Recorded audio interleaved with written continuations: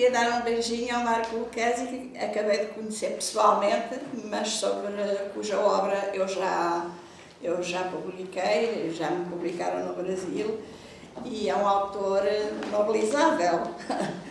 Bom, Marco Lucchesi, mais uma vez, eu ouvi dizer Marco Lucchesi, a diversidade de Estela Maria ou Maria Estela não me incomoda muito, espero que também não incomode eu dizer Marco Lucchesi.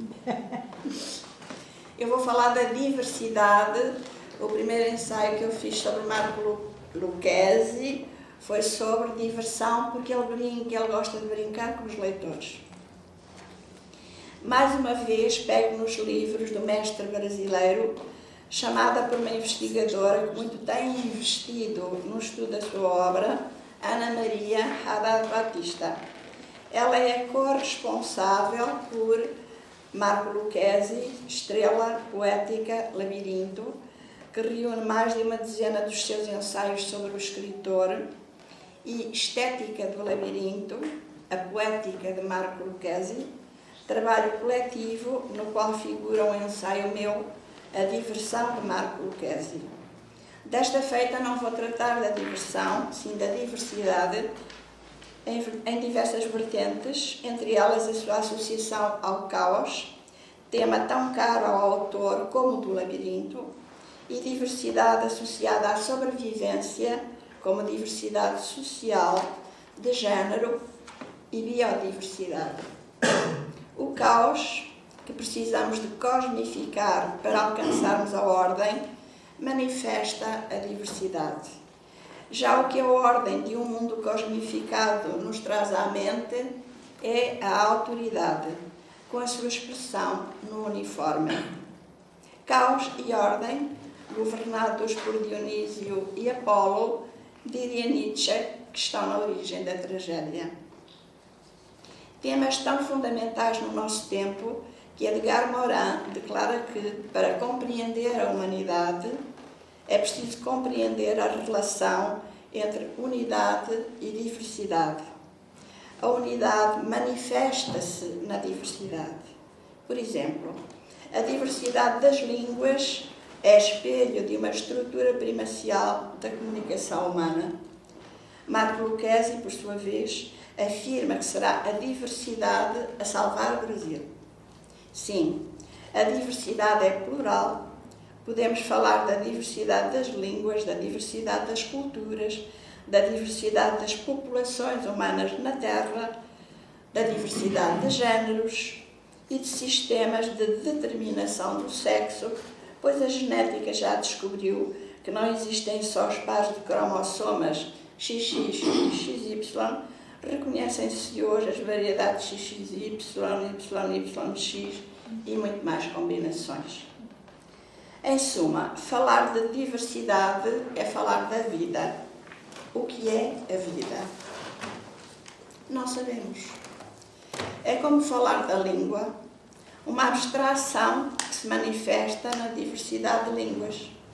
Assim, a vida é um conceito que só assimilamos quando se manifesta na diversidade de espécies botânicas, mineralógicas, zoológicas e antropológicas. Só compreendemos o que é vida explorando as inúmeras ramificações da biodiversidade. E sim, a redução da biodiversidade conduz à morte. A salvação da Terra depende da preservação da biodiversidade. Vou passar para um outro capítulo, Riscando a Pedra, inspirado num livro publicado muito recentemente nas edições esgotadas, intitulado Pedra Riscada. Marco Lucchesi é um camaleão que não se conforma com a bitola do estilo, essa indumentária da unidade que torna iguais as obras de certos autores. Todos os seus livros são diferentes entre eles e, sobretudo, diferentes dos livros dos outros. Por exemplo, Pedra Arriscada, livro publicado recentemente em Portugal, nas edições esgotadas, reúne textos muito diversos, cujo subtítulo, Ensaios Improváveis, logo à partida os classifica como algo diverso do género ensaístico. De facto, não se trata de ensaios, pelo menos na maior parte. Desde notas para futuros ensaios até à autobiografia e bibliografia, tudo pode ser seu objeto. Alguns textos tocam temas político-sociais, como o marco histórico, que ele falou agora mesmo, em cujas demandas tem estado envolvido fisicamente. Com a ministra Rosa Weber, por exemplo, viajou até a Amazónia, o que lhe permitiu o contacto pessoal com os índios e com as suas diversas línguas. Trata-se de trabalho de campo, algo que os cultores das ciências naturais do passado diferenciavam. De um lado, a viagem para a aquisição de conhecimento prático e experiência no terreno, de outro, o trabalho de gabinete no mundo dos livros e das futuras publicações. Parece que Marco Lucchesi gosta de acumular as duas funções instigadoras do que nele é o mais importante motor da diversidade, a interligação entre as artes, as letras e as ciências. Não há que negar que as pedras me fascinam, confessa o autor, em Pedra Arriscada, manifestando assim parte do conteúdo polissémico do título As Pedras Levam-nos para Muitos Campos. A que não falta vontade de brincar com o leitor, ávido de pedras riscadas como as do Val do Coa ou de Lascaux, ou daquelas em que tantos de nós riscámos com giz nos bancos da escola primária. Realmente, Pedra Riscada refere-se a um geomonumento em São José do Divino, Minas Gerais. É um monte sulcado no sentido da altura, com 1.260 metros de altitude e perímetro na base de cerca de 11 km, considerado por geólogos e escaladores como G.T. Bastos e outros, o maior monólito do mundo. É isso. Serviu o excurso para mostrar como um título tão simples pode não só estar cheio de caminhos para a caverna do Minotauro, como para mostrar essa interligação permanente entre as múltiplas atividades humanas que, para simplificar, reduzimos a artes e ciências. Alguns textos de Pedra Arriscada surpreendem pela distância a que se colocam do conhecimento mais comum, mesmo universitário nosso, caso do uso de hieróglifos egípcios, ou pelo contrário, da proximidade a que se colocam da vida cotidiana, como quando o autor integra a Constituição na diversidade dos géneros literários, coisa que nós não faríamos habitualmente, acrescentando que a Constituição é um texto vivo. De surpresa em surpresa, vamos seguindo um fio ténue de Ariadne no labirinto interior de Marco Lucchesi, até depararmos com outro tema fortíssimo, o da língua e da linguística, que o leva a inventariar as centenas de línguas originárias e a defender a sua preservação como fator justamente de diversidade e fundamento da identidade dos povos que as falam. Outros ensaios versam tão estranhos poetas como os turcos ou paquistaneses, cuja língua Marco Lucchesi conhece e aprendeu justamente para ler poesia na língua original. E eu concordo com o autor. A poesia só se assimila na língua materna, a poesia leite de palavras. Enfim, a diversidade é imensa, quer nos temas, quer até nos grafismos, pois o amor à matemática e às artes plásticas frequentemente introduz na página imagens e algarismos. Nem sempre os números serão signos matemáticos, podendo tratar-se de música ou de numerologia, como acontece no texto sobre a minha poesia, no qual fica patente que Marco Lucchesi só consegue falar dela através da própria poesia, daí o ensaio ter menos prosa que verso, ou menos prosa que música. Diria que em Pedra Arriscada o que predomina é o diário da leitura. Leitura, em primeiro lugar, de autores brasileiros e asiáticos, e portugueses, claro. Notando-se o interesse pelas religiões neles patentes, seja, no caso de Iqbal, o islamismo. O diário da leitura funciona como análise literária, mostrando a riqueza de ferramentas de que dispõe o escritor brasileiro. A sua sabedoria resolve-se numa crítica audaciosa, por tão distante da cultura ocidental, a que por isso mesmo se veja o charme de se posicionar bem ao lado da maneira académica de se cercar dos assuntos, o que equivale a falar da sua independência e originalidade. A diversidade, ou ser diferente dos outros, atinge o engajamento social. Muitos intelectuais parecem terem ignorado os mais de 4 anos de terror instaurados pelo recente governo anterior ao de Lula, terror que de resto ainda permanece, não só na rua como nas bancadas do poder, infectado pelos veios do crime organizado. Ultimamente há um indivíduo cujo nome eu nem conheço, mas um político que diz abertamente: eu pertenço ou pertenci ao PCC. PCC não é Partido Comunista, PCC é Primeiro Comando da Capital, que é uma organização terrorista, uma organização criminosa, crime organizado, que tem inclusivamente veios para outras partes do mundo, não é só brasileiro, nem só São Paulo. A pandemia do neofascismo do nosso tempo despreza a cultura e a instrução. Por isso, as instituições por ele mais abaladas no Brasil foram as destes campos. Marco Lucchesi não se calou, como demonstra a sua aula magna de 2019. Claro que a crítica também ocorre no interior do texto literário, mas a sua força dilui-se por se tratar de um espaço da imaginação. Reclamar em público, tratando-se de luta contra uma quadrilha, ou várias, gente que ameaça e mata, é muito diferente. E por isso mesmo se compreende que Ana Maria Haddad Batista escreva, num dos numerosos ensaios com que tem iluminado as passadas do autor, que Marco Lucchesi é a pessoa mais corajosa que conhece. Eu não diria menos. Entretanto, a biodiversidade, e uso o termo porque o autor refere o seu tema de ensaio como um ecossistema, figura a Ode à Biblioteca.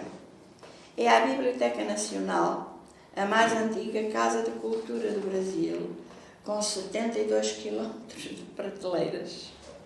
É caso para assinalarmos que nada como este ecossistema para habitat intelectual de um autor que não só ama os livros, não só ama as bibliotecas, como faz da biblioteca o labirinto por excelência, no qual tanto podemos caminhar para os abismos da terra, como para a alta morada das estrelas. E passo a outra parte do meu trabalho, inspirado num livro recente também, do Marco Lucchesi, que é Adeus Pirandello. Informa António Torres, é brasileiro, na capa de Adeus Pirandello, que passo a citar. O ponto de partida desta história são uns recortes amadurecidos pelo tempo que ainda guardam a passagem de Luigi Pirandello pelo Rio de Janeiro no ano de 1927, palco também de sua paixão, talvez não correspondida, por Marta Aba, a jovem intérprete sob medida para o seu teatro e que ele havia encontrado poucos dias antes da viagem. Em paralelo, o mistério envolve outra trama centrada no embaixador italiano Mário Guerra, que some sem deixar vestígios, como os rastros de Marta em Copacabana. Acabei a citação. Encontramos neste livro da pandemia, aliás o outro também, há vários livros de Marco escritos durante a pandemia, inúmeros trilhos para seguir o rastro da diversidade. Um deles é a estrutura da obra, muito distante do que entendemos por romance, género a que se anuncia que pertence. Adeus Pirandello é uma obra construída com fragmentos de origem diversa, às vezes mais perto da lírica do que da narrativa. Marco Lucchesi é senhor de uma bela escrita poética. Mordo sem apetite as nuvens peregrinas, agora, quando escrevo no jardim à beira-mar. Foi só um exemplo. Tomando a ficção como referência, Adeus Pirandello aproxima-se mais de um discurso filosófico, mais especulativo do que narrativo, em aparência esquecido do seu ponto de partida histórico. Temos um narrador muito pouco sabedor da história, que usa a escrita como caminho de averiguação, que investiga em vez de efabular, o que de certo é consequência de lidar com notícias de jornal sobre a visita de Luigi Pirandello ao Brasil com a Companhia de Arte Dramática de Roma, poucos anos depois do encontro da modernidade de São Paulo. A diversidade em Adeus Pirandello, aliada ao modo especulativo de contar, como se o texto desejasse ser um policial clássico, também assume valor gráfico.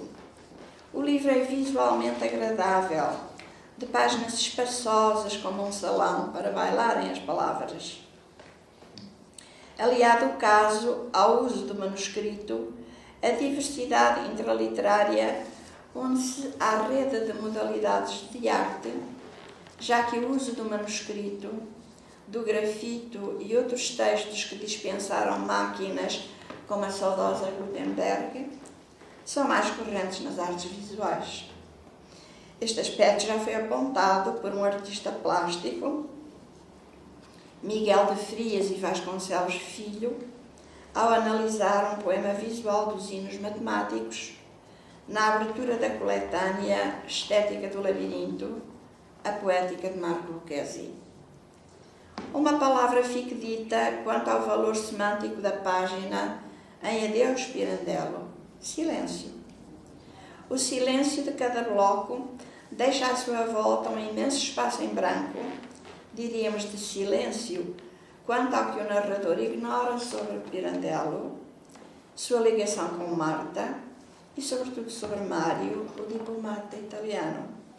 Assim sendo, a margem para o trabalho de imaginação do leitor também é muito grande, e tudo isto acentua essa característica bem apelativa do autor, a de instigar a intercomunicação entre a produção de sentido na escrita e o seu desenvolvimento por parte da leitura. Isso dá-nos margem para não nos preocuparmos com a interpretação. É muito livre. Esta faculdade de convocar o leitor para a criação lembra o que Wagner pensava sobre a obra de arte do futuro, e vale a pena citá-lo, integrando a nota de pé de página, a assinalar que ele, Wagner, considerava o poeta da música inserido no âmbito do poeta da língua. Vou citar.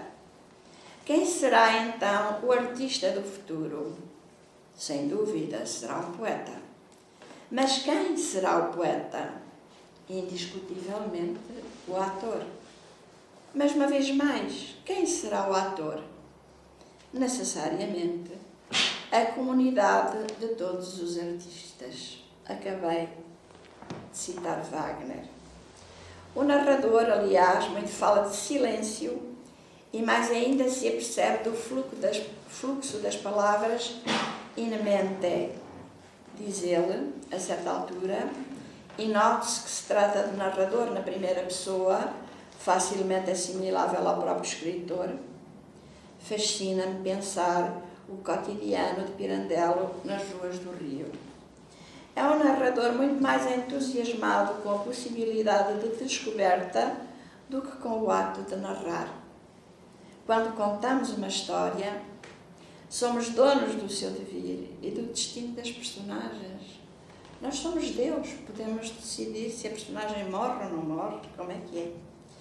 Marco Lucchesi trabalha com outros parâmetros, mais próprios do alquimista, por exemplo, ou do eremita, aqueles cujo destino não é o objetivo de chegar, não é a meta, é a caminhada. Parece que o narrador na primeira pessoa ficou estabelecido. Não. Um dos dramas deste livro, inspirado no dramaturgo italiano, é precisamente o da diversificação da identidade. Em correlação com ele, surgem por vezes os versos de Mário de Sá Carneiro, nos quais não se define nem como eu, nem como outro, sim como qualquer coisa de intermédio, pilar da ponte do tédio que vai de um para o outro. Eu tenho um livro sobre Mário de Sá Carneiro.